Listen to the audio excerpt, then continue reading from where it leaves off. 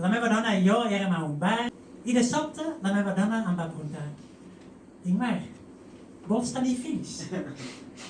I jo vaig dir: doncs no vull tenir fills.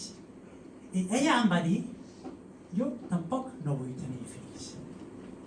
Hauríem de tornar a casa i dir-ho a ells.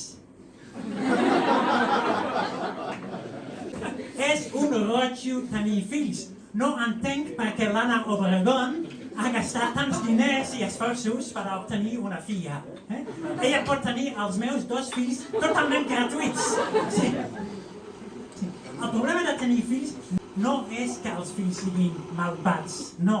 El problema és que la presència de fills a casa té un efecte destructiu sobre la vida romàntica de qualsevol parella.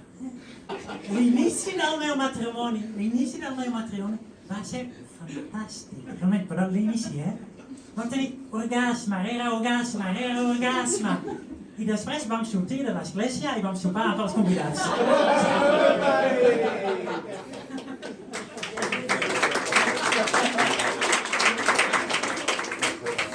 Però ara, tot això s'ha acabat.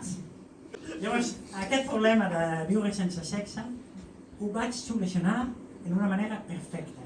Vaig fer com tots els homes en la meva situació. Vaig començar a fer running. Per estar tan cansat a la nit que ja no em trobo a faltar el sexe. Sí. I és molt comú, Molts homes que fan això. I per això hi ha només 2 tipus d'homes de mitjana edat.